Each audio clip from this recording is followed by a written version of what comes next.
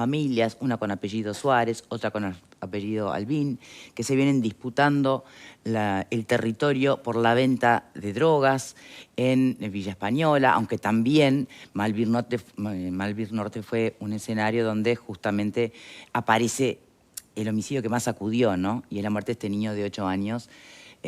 Si fue consecuencia de una vendetta o no lo fue, ¿en qué está esta guerra? ¿Quiénes son estas familias? ¿Por qué llegaron a tener el poder que tienen? ¿Y por qué se presenta Albín a la justicia?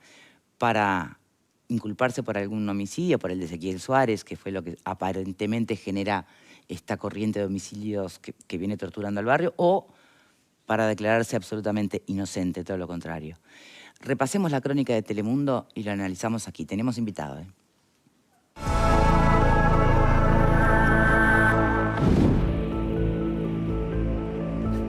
Gustavo Albín es víctima y presunto victimario. El 18 de enero mataron a su hijo de varios disparos cuando estaba junto a un amigo de su padre en la puerta de la casa de su abuela en Malvir Norte. Aquel crimen, que aún no fue aclarado, está relacionado al enfrentamiento de bandas en Villa Española, de la que Gustavo Albín es uno de sus protagonistas. Desde finales de noviembre, la policía lo busca como presunto coautor del asesinato de Ezequiel Barrios Suárez, un joven de 21 años que integra una familia rival con la que la banda de los Albín mantiene una disputa que tiene en vilo al barrio. Este lunes finalmente se entregó en la base de hechos complejos de la policía. Me vengo a entregar porque una, que quiero que hagan justicia por mi hijo, y otra porque me quieren inculpar por algo que yo y mi hermano no tenemos nada que ver. Que abran los ojos, que yo y mi hermano no tenemos nada que ver con lo del muchacho Suárez, no tenemos nada que ver nosotros. Con el caso de Ezequiel. En el caso de Ezequiel no tenemos nada que ver, yo y mi hermano no tienen pruebas claras contra nosotros, no tienen nada. No tenemos nada que ver. Quiero justicia por mi hijo y por mí y por mi hermano. Sin embargo, la policía cuenta con el relato de al menos 2 testigos protegidos que a corta distancia vieron aquella tarde del 30 de noviembre cómo los hermanos Albín disparaban desde un auto contra la vivienda de los Suárez en Corrales y Serratosa. Fruto de aquel ataque, Ezequiel Barrios Suárez murió, lo que recrudeció el enfrentamiento de bandas en Villa Española. Para Gustavo Albín, la muerte de su hijo fue una venganza por un crimen que asegura no haber cometido. Lo que le pasó a tu hijo, ¿pensás que fue un ataque directo hacia él para darte en lo que más duele en vez de matarte directamente a vos? Es que es así, pero no tengo palabras. Por lo de mi hijo no tengo palabras, porque estoy destrozado, tengo a mi familia destrozada, no tengo palabras. No tengo palabras. Lo que hicieron con mi hijo, que paguen. ¿Paguen cómo? ¿Con cárcel? Que paguen con cárcel.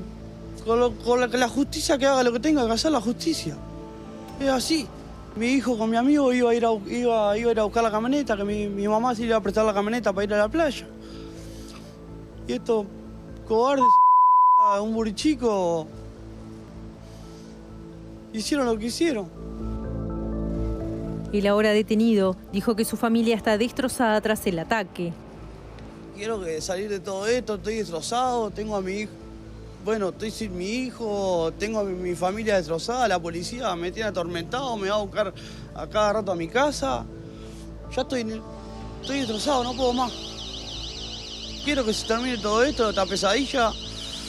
Estoy sin mi hijo, yo no quiero hacer nada por mano propia, quiero que la justicia se encargue. Más nada.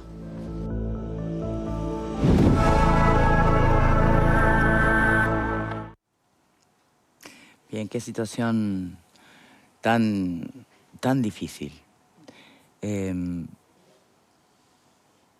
qué tan complejo, o cuáles son los desafíos que complejizan tanto esta realidad que vemos y leemos en los titulares cada 2 por 3, guerra, narcos, tal familia versus tal familia, asesinato por asesinato, ojo por ojo, diente por diente. Si saben quiénes son, hay no sé cuántos allanamientos cada 2 por 3. ¿Por qué la realidad insiste? ¿Por qué estas historias persisten? ¿Por qué se siguen matando? Nos está acompañando el catedrático en Derecho Penal y director del Instituto de Derecho Penal y Criminología de la Facultad de Derecho de la Universidad de la República, Germán Haller. ¿Cómo estás? ¿Qué tal? Un gusto estar con ustedes esta tarde. Aunque los temas no sean de los más entretenidos en ese sentido. Pero bueno, también es la realidad que nos toca vivir. Es decir, son procesos por lo que tú decías, Victoria, son procesos sociales que se van dando, donde las fallas de entramados comunitarios exceden a cualquier labor que sea estrictamente policial. Lo policial viene luego, que es lo que se está haciendo ahora, investigando, y Ministerio Público. Pero hay una falla estructural donde la gente disputa terrenos porque, en definitiva, no en sentido literal, parecen estar libres. Son terrenos que parecen desocupados, es decir, toma un símil del ocupante precario, es decir, la persona que entra en un lugar porque entiende que está abandonado. La vieja teoría muy estructurada en criminología de que, en definitiva, la criminalidad también avanza en los espacios que quedan libres, los espacios en los cuales... Ausencia de Estado, digamos. Una ausencia, sí, del Estado. No es la idea No ausencia de que lo policía represivo... necesariamente, no, exacto. Esa ausencia Lo de... represivo viene después, Sí, puede sí. fallar o no, pero es que acá no llegamos a ese nivel. El tema acá no es la parte represiva, es la contención previa. Es decir, una sociedad que en Uruguay antes no conocíamos, los más añosos, el caso de Connie, el caso mío, que nos vemos dos por tres por la Rambla, no tan lejos. Pero bueno, te estoy haciendo un favor con eso. Pero, Es muy joven también. bueno, no, pero dejando las bromas que no vienen mal, pero quienes venimos de conocer otro Uruguay, no del tiempo de la dictadura, de antes de la dictadura, es decir, y trazamos un paralelo, y esto es bueno pensando sobre todo en las generaciones jóvenes, pensar que hubo un Uruguay no maravilloso, teníamos una conflictividad brutal, teníamos injusticias, había pobreza, pero las vías de resolución de esos mismos conflictos que siguen latentes no llegaban con la sangre al río. Es decir, había asesinatos, claro, pero lo que no encontrábamos, salvo excepciones, era este tipo de criminalidad. Y cuando la veíamos, y yo miro a Connie no porque lo haya hecho, sino porque recordará, los casos emblemáticos de comienzo de los años 60, de los años 50 también, de aquellas bandas criminales básicamente excepcionales y con influencia de argentinos, de chilenos, de paraguayos, es decir, brasileros menos. Y entonces incluso nos recordaremos muchos aquel famoso incidente del Liberace y tantas otras cuestiones, que no es lo mismo, pero me refiero, mostraba una sociedad básicamente sana con accidentes.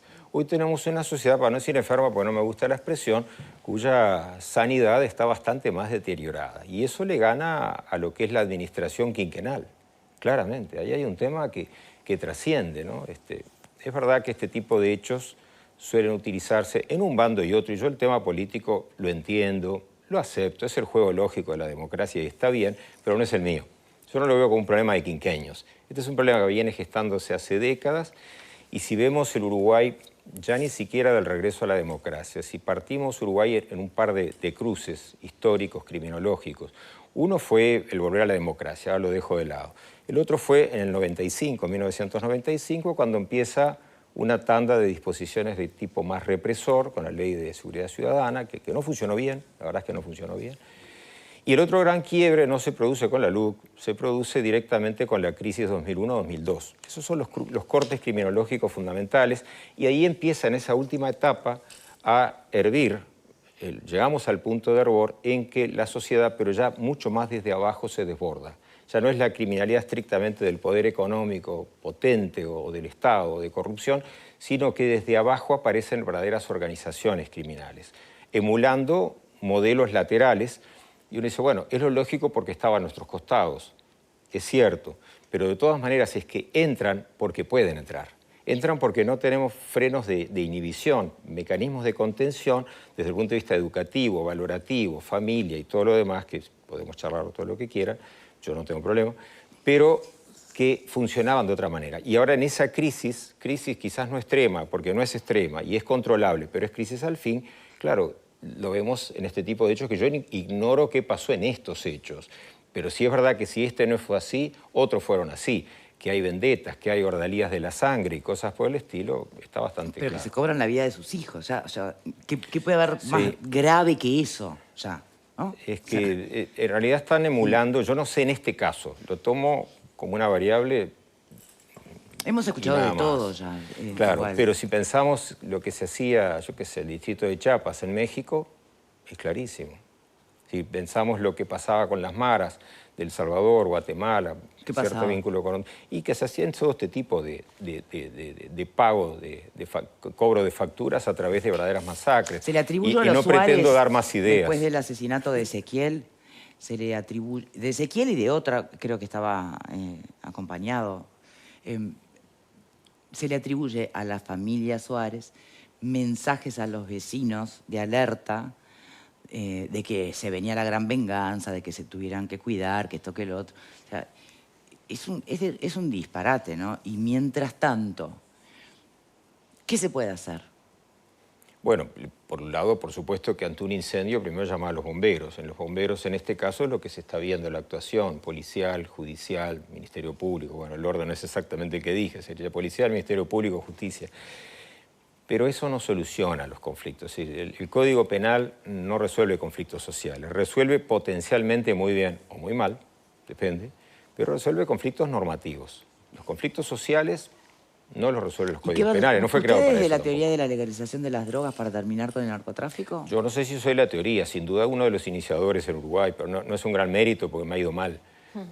Pero sí, desde que volvimos a la democracia, recuerdo varios en su momento, el sociólogo Rafael Baize, Jorge Paul Pereira Schurman, abogado, y yo y algunos más, pero no muchos más, sosteníamos eso en el ámbito académico con un nivel de éxito cero, pero con un estado de felicidad estupendo de decir lo que realmente sentíamos sin deberle nada a nadie, sin tener que pasar nada y con una ¿Y hoy más particularidad. convencido que nunca o no? ¿Perdona? Hoy más convencido que nunca que el camino Igual de parte del convencido. camino. Igual de convencido porque ahora es fácil decirlo, ahora lo puede decir cualquiera. Ahora lo están diciendo más. Sí, hasta, lo dijo ¿no lo dijo Jorge Valle. Orsi también ahora? ¿No lo dijo su candidato? Pues sí. Sí, Yamandú dijo algo así con respecto a eso. A mí me parece que es el camino que hay que recorrer. Bueno, acá tengo un aliado en otro partido que el CONI. Es un camino que hay que recorrer. Yo vuelvo a repetirlo. No creo que Uruguay lo pueda recorrer solo. No, solo no puede recorrerlo. No, pero claro, sí pero podemos- analicemos primero la posibilidad, Doctor, las consecuencias. digo esto porque lo dijimos acá, lo hemos discutido con el panel. Porque yo sé que no se puede recorrer solo. Ahora, lo que sí sé que en alguna parte del país, en la política del país, debería juntarse para hablar del tema y tener una voz común. Más allá después de seguir la lucha que se está dando. Pero si me permitís, Victoria, aunque yo no venía con este tema, pero me gusta más este tema. Si me permitís, cuando empezamos a hablar estos temas desde el punto de vista académico, lo primero a señalar, y yo destacaba en todas las charlas que di en las 19 capitales, pese a que no corría carreras, era decir, miren que yo no sé fumar tabaco, no sé fumar. Una vez probé, me pareció asqueroso, pensé que hacía mal y nunca más, y era un niño. Entonces nunca más, no sé fumar. Las drogas que he tomado son las drogas que nos mandan los médicos para cuestiones médicas. La coca, de alguna manera, sí, en el altiplano, en la altura, cuando iba a dar charlas a Juliaca o a Puno, no había nadie que no se diese algunas pastillas de algo, o mascase coca, o té de coca, pero es legítimo, es normal. Es decir, que fuera de esas drogas, nada. Entonces me sentía muy legitimado a decir que una persona tenía el derecho o tenía que tener la libertad, que es más grande que lo del derecho, porque la libertad va más allá del derecho, de decir, bueno, yo me quiero matar consumiendo esta porquería, que es la marihuana. La considero una porquería, opinión personal, y otros dirán lo opuesto y es igualmente válida. Pero tenemos que respetarle ese derecho. Como al diabético, si quiere comprar azúcar en el supermercado, lo puede comprar, aunque se mate. Entonces, en aquella época afirmábamos esto y éramos bichos raros. Hoy que no hay ningún problema, pues no tengo empacho. Y cuando se empezó a proyectar el estudio previo a la elaboración de ley sobre marihuana, que advierto que me pareció espantosa, mal escrita, con malos conceptos técnicos, inoperante, vender drogas en farmacias hay una falla estructural de ingeniería, pero no importa. Cuando se empezó a plantear esto, recuerdo que de la Torre Ejecutiva convocaron a gente del ámbito académico, independientemente de cualquier ideología, y yo tenía mi discurso claro, y cada vez que venían delegaciones de Alemania, Estados Unidos, Inglaterra, toda gente muy importante, y yo siempre les decía lo mismo, y bueno, pero la marihuana no. Todo lo que se pueda, porque hay cosas que no se pueden legalizar, pero todo lo que se pueda, que es un vasto campo, más allá de la Convención de Viena. Y les preguntaba, ustedes dicen que Uruguay hace muy bien en abrir el espacio y generar este ariete fundamental. Y yo siempre les preguntaba, ¿y ustedes qué nos van a dar? Y esa respuesta quedaba en el aire, quedaban siempre diciendo, tírense ustedes, por lo que decías vos, en el sentido de que Uruguay es un país chiquito, comparado con los gigantes al lado, en Europa no sería tan chico, tiene poca población, comparado con El Salvador estamos por debajo, casi en la mitad, y somos muchísimo más grandes, es decir, son parámetros. Sin embargo, Uruguay fue un país totalmente novedoso, la ley de divorcio, en los derechos civiles de la mujer, y un montón de cosas más. En esto, el mundo ya está en parte inventado. Lo que tenemos que hacer es tomar una decisión, aplicarla. Yo veo que hay gente de todos los partidos que más o menos va por este camino, y no ensayarla como una experiencia, sino hacerla metódicamente, más allá de tolderías políticas, porque le gana. Hay blancos, colorados, frente amplistas, independentistas, etcétera, que piensan de esta manera. Y de esa manera transitarlo no como una experiencia, sino hacerlo metódicamente y que la gente, bueno, reconozco que aunque yo preferiría que nadie se drogue con eso, también preferiría que una persona no recurra sistemáticamente a los barbitúricos. O por lo menos que haya, y todo lo demás. por parte del Estado, una respuesta sanitaria, ¿no? de salud para quienes caen en el abuso de las sustancias. Sí, ¿no? como no con todo otras sustancias. Porque consumir sustancias, justamente, cada uno es más viejo que el mundo y lo hará siempre mucha gente, pero no se vuelve adicto y se empieza a deteriorar y a matar el que quiere, sino el que puede. Y para esa gente tiene que haber una oferta del Estado para ser atendidos, ¿no? Pero además me parece que es interesante ver también desde qué perspectiva se da ese debate, cuáles son las expectativas. Porque una cosa es hablar en términos de derechos y de libertades, y otra cosa es poner sobre esa discusión las expectativas respecto a revertir una situación que tiene que ver con la inseguridad.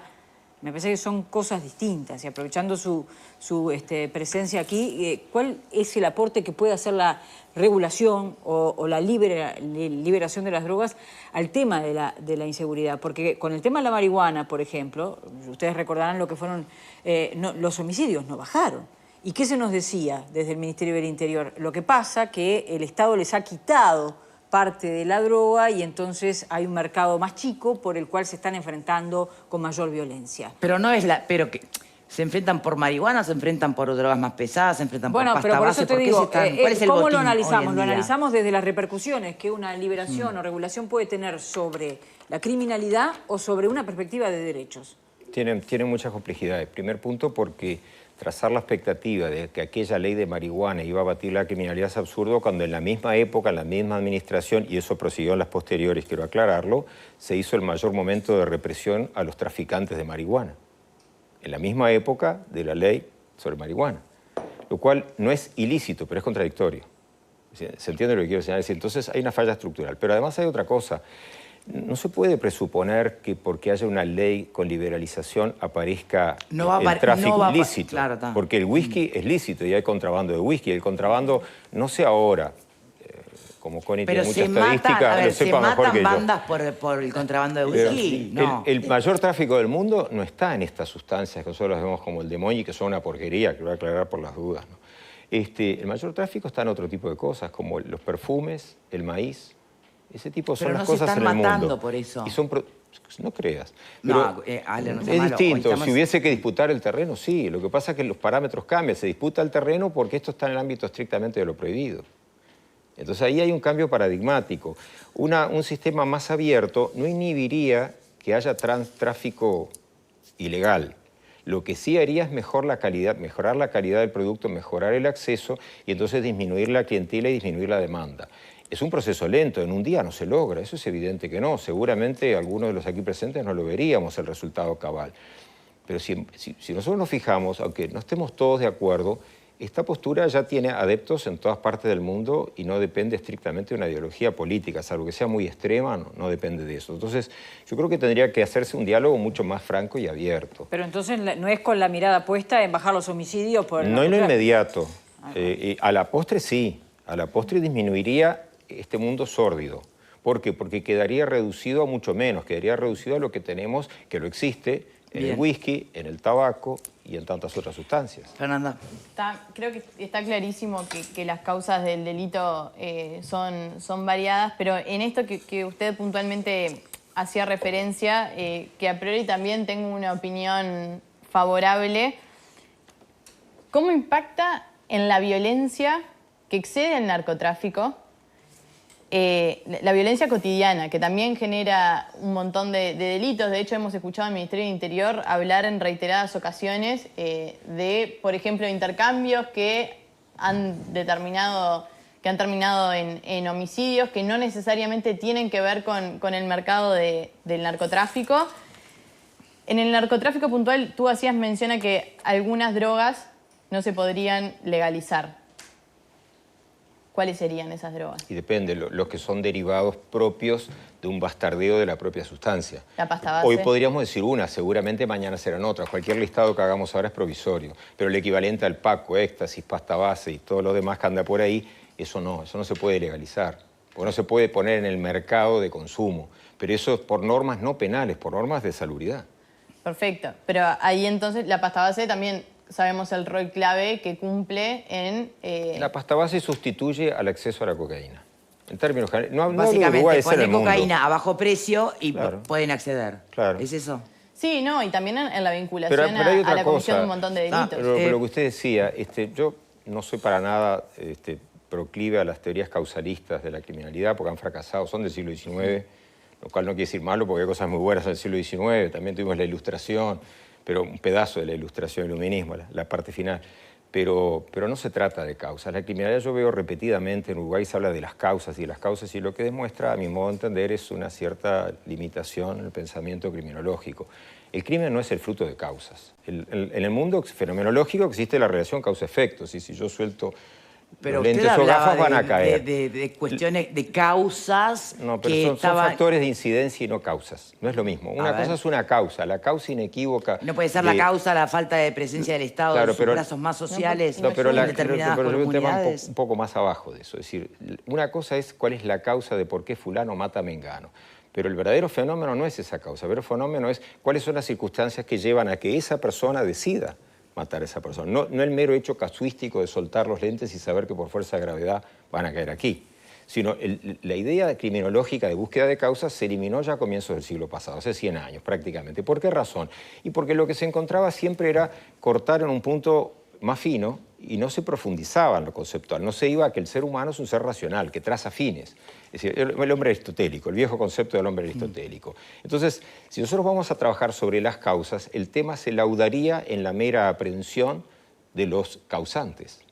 Y la idea de causa es un concepto, bueno, yo lo respeto, muchos criminólogos siguen usando, pero está caduco. Es mejor hablar de factores de incidencia, de procesos criminológicos, de procesos de criminalización, procesos de victimización, que van llevando a que las personas quedemos colocados en uno y otros sectores y no partir de la base de que nosotros no podemos no estar inmersos en esos procesos y que así como potencialmente somos víctimas nosotros de delito, no nos engañemos, podemos ser también causantes o directamente, hay causantes en sentido naturalístico, o directamente el factor de incidencia por nuestras desazones, nuestros odios. Entonces, criminológicamente, si nosotros vamos a la casa o la búsqueda de las causas, nos vamos a quedar en un plazo muy cortito va a ser.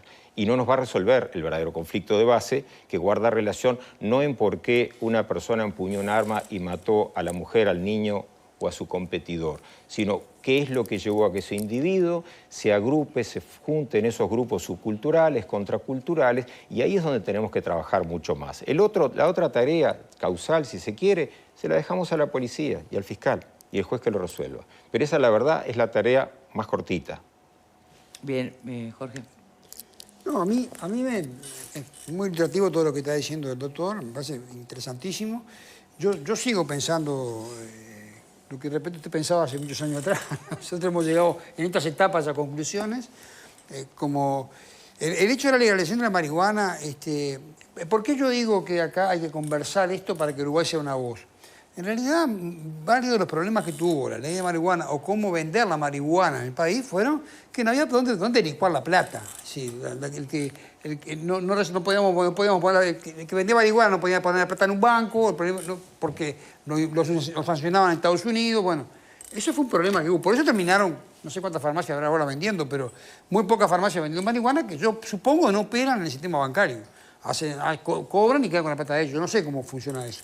Pero no puede funcionar el sistema bancario.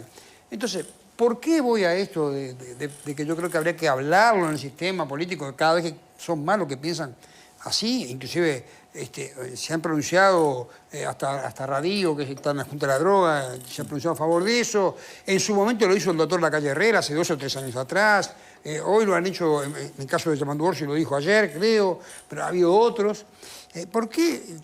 Porque nosotros, por ejemplo, vamos al mundo imaginario ideal de que la cocaína se vendiera en forma legal a través de los laboratorios, como nos mostraba hace no mucho Connie.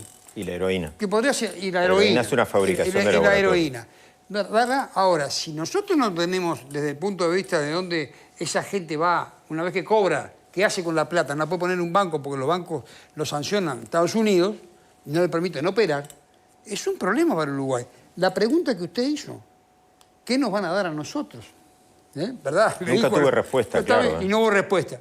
Entonces, esa cuestión es la que nos obliga a pensar en esto como una cosa que deberíamos tener una voz común en el país, si es que nos ponemos de acuerdo, y esa voz llevarla a los ámbitos donde repercute. Porque Uruguay es un país escuchado, porque es un país serio, es un país escuchado en todos los ámbitos. Para tratar de ahí de formar opinión y juntarnos con otros, que como bien dice el doctor y Connie, hoy están pensando lo mismo. Bien. Y están en el mismo problema. ¿Y qué haces con la generación? Ponele que se llegara a ese escenario posible, ya voy contigo, Connie. ¿Qué haces con estas generaciones, ¿no? Que ya incluyen abuelo, padre, hijo, que razonan diferente? Porque, a ver, vos podrás creerle o no a Alvin, que veíamos en cámara llorando porque le habían matado al hijo y que él no tiene nada que ver con el asesinato de Ezequiel. Podés creer o no, pero lo que no entendemos son los códigos que han desarrollado como para ellos sí entender su propio mundo y convencerse y autoconvencerse y autojustificarse en un montón de procederes de sus propios mundos, ¿no? La ley después podrá decirles, no, miren, señores, esto es delito. Pero ellos viven en una concepción del universo distinta. ¿Qué haces con esas generaciones? Lo que pasa es que se genera iba a decir micromundo, pasa ya no es tan micro. Bueno, yo diría un submundo donde la actuación de la justicia se ve como algo totalmente formal. Es decir, la idea con otros valores. Claro, es decir, entonces termina al final aceptándose la idea de justicia por mano propia, que ni siquiera es justicia, solo es por mano propia, y otro tipo de cuestionamientos que no responden, digamos, a la estructura de lo que es aceptable un plan de convivencia, lo que nos retrotrae a la vieja estructuración desde hace milenios, porque tienen miles de años, de que no hay nada más destructivo para el ser humano que el ser humano. Pero este caso no desafía un poco esa lógica, porque Alvin va a buscar a la justicia. Y dice expresamente que él no está dispuesto a hacer justicia por mano propia, que quiere que tal Yo vez ignoro en los hechos qué es lo que pasó aquí. Sí, Yo pero no les puedo hablar recuerdo de que este forma caso. parte de una familia que hace más de 20 años que está en guerra, o sea, sacándolo a él puntualmente, voy a su núcleo, Pero, a su pero comunidad. eso muestra también que hay es una una estructura señal. social interna credibilidad. que no confía en absoluto en la resolución de conflictos desde el punto de vista de una sociedad que recurre a eso que llamamos Estado. Si queda claro que no se cree y que solo llega ahora, si fuesen así los hechos, yo qué sé, no lo sé, llegan cuando ya el asunto ha estallado por todos lados. Connie. No, yo lo que primero celebro que el tema haya salido por este lado y, por supuesto, le agradezco mucho los conceptos que nos ha ayudado a aclarar el doctor Haller, que además tiene muchos años y tiempo de reflexión sobre aspectos criminológicos que me son ajenos. Lo mismo coincidir que fue, digamos, creo que el primer día que nos reencontramos con Jorge Pose respecto a una filosofía o más bien una convicción. Las convicciones cambian, pero yo la tengo desde... Y uno dice, bueno, ¿y cuándo te cambió la cabeza? Y a mí me cambió la cabeza el primer día que leí La tiranía del status quo de Milton Friedman, que me había cambiado la cabeza sobre las ideas de la libertad, y yo no las creía y cambié. Y luego leer en el diario internacional más serio del mundo, en el Economist de Londres, que ellos también pensaban que esto era una cosa para pensar, y después siguió y terminé conociendo al más grande experto en esta materia, que es el maestro Antonio Escotado. Me parece que eso es un gran paso, lo celebré, puse el otro día un tuit diciendo, leo con agrado y sorpresa que de este tema los uruguayos empiezan a pensar, no parecido a mí, a pensar con la necesidad de mirar y decir, de verdad, la experiencia de los últimos 50 años en esta materia es pésima. Y con un impacto en nuestra criminología que hoy más de la mitad de los que están presos en nuestro sistema y nos debiéramos rasgar las vestiduras por lo que significa eso, están por las causas más inexplicables si pusiéramos un poco de sentido común. Entonces, primera consideración esa. Ahora, ¿cómo se va a hacer? Bueno, todos los cambios requieren que algunos piensen distinto. Yo no sé si están más adelante o más atrás, pero piensan diferente del rebaño. Si alguna gente pensamos distinto del rebaño, vamos a avalar y provocar y discutir. La otra cosa es no asumir que las condiciones actuales no se pueden cambiar, porque eso me parece que está implícito un poco en la descripción que nos hace Victoria. Si alguien hace 3 generaciones que no recibe educación, los nietos y los bisnietos de ese señor no están condenados. Esa es la experiencia del mundo. No están condenados. La educación puede cambiar lo que se llama el mindset, el conjunto de valores. Connie, pero hoy, más allá de lo que puede llegarle a seducir a una persona que no viene de una generación de testigos de cómo realmente la educación te da una opción distinta en el mundo, sino que viene de todo lo contrario, convencerla de que le conviene ir por el camino de la educación. No hay nada. ¿A qué hacerte ricachón y manejar un descapotable o lo que fuera? Soy una bestia de auto, pero si te metes en el negocio de narcotráfico, ¿qué va a tirarle más? La educación es, Cincha, mucho más que cualquier otro valor. Piensen esto. Sí, Connie, pero entre personas que saben de lo que saben lo que es esa opción. En 1897, los uruguayos tuvimos la penúltima guerra civil. La siguiente fue en el 4. ¿Tá? Eran batallas de uruguayos contra uruguayos, y de un lado y de otro había universitarios y gauchos de Vincha. Pero nos estábamos enfrentando y el Uruguay tenía 25 años, apenas 30 si quieren, de comienzo de una reforma educativa que cambió todas las reglas de la educación. ¿Había impedido que nos enfrentáramos en las batallas? No. Pero lográbamos hacer la paz en la cruz y entregaban los sublevados en lugares en Florida sus armas y empezaban de vuelta. Y 7 años después volvimos a encontrarnos. Y los blancos sufrimos una gran derrota, pero el país había empezado a cambiar. Y luego, 15 años después, no volvimos a hacer eso hasta los 60, en que un grupo de extracción social más bien de las clases medias salió a enfrentar, porque decían que la democracia eran solo valores burgueses. Bueno, hoy llevamos 40 años, podemos proponernos que la educación tiene que estar adelante de todo y puede conseguir muy rápidamente esos cambios que hoy nos parecen impensables. Le permito, Alex, claro. Yo levanté la mano como en el colegio, porque con lo que contaba Connie me retrotrajo a las clases aula que tuve de Pitaluga Vidal y de otros de historia. Gran amigo de mi papá. Supuse. Carlito. Bueno, no sabía, pero yo le doy un poco, no pasa nada. No, pero hay una cosa que quiero rescatar de todo ello, porque pensando en un Uruguay actual, no solo viviendo de rémoras magníficas, pero que es verdad que son del pasado, Uruguay si algo tiene particular, no es que seamos mejor que nadie, porque tampoco hay que caer en esa cuestión un poco farandulesca, pero si Uruguay tiene alguna característica, como es un país sobreviviente entre inmensidades, es que Uruguay es un país que se adapta. El ciudadano uruguayo se adapta, el que vive acá, aunque no sea uruguayo, también se adapta, el venezolano se adapta, todos se adaptan. Acá estamos acostumbrados a ¿qué cosa? A adaptarnos.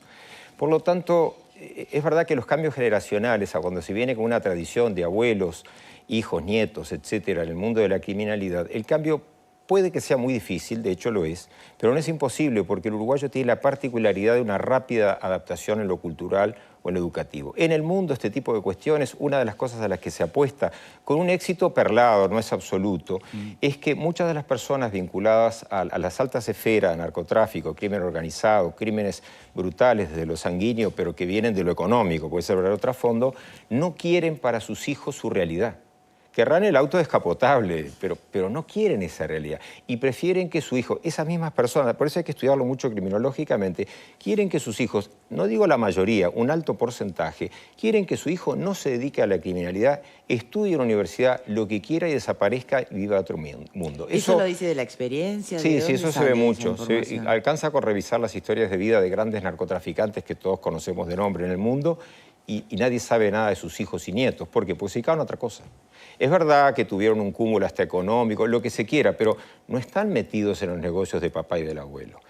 Lo que estoy diciendo no es un infantilismo, sino una variable científica a explorar claramente. Y si, bueno, vemos que muchas de estas personas no es que sean ni siquiera arrepentidas, no se arrepienten quizás de los hechos, pero quieren otra cosa para su familia. Entonces, ese parámetro lo podemos tomar en lo educativo, porque lo traemos a Uruguay, donde todo es más chiquito, donde hay menos dinero, etcétera, y aunque se nos ve como un gran ámbito de droga, nosotros somos un poroto en el caldo, vamos a no engañarnos. Quien sepa algo del tema de droga sabe que Uruguay es una cosa minúscula, lo que pasa es que es muy grande para nosotros, pero minúscula en el mundo, no es simbólico.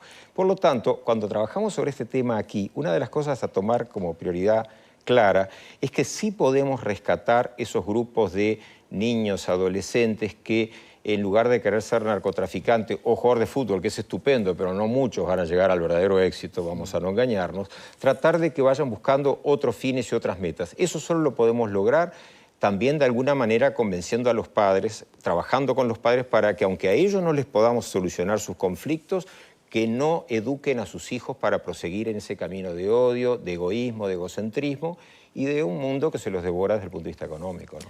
Hacemos una pausa. ¿Se puede quedar con nosotros hasta el final? Yo siempre me puedo quedar. Ya venimos, ¿eh?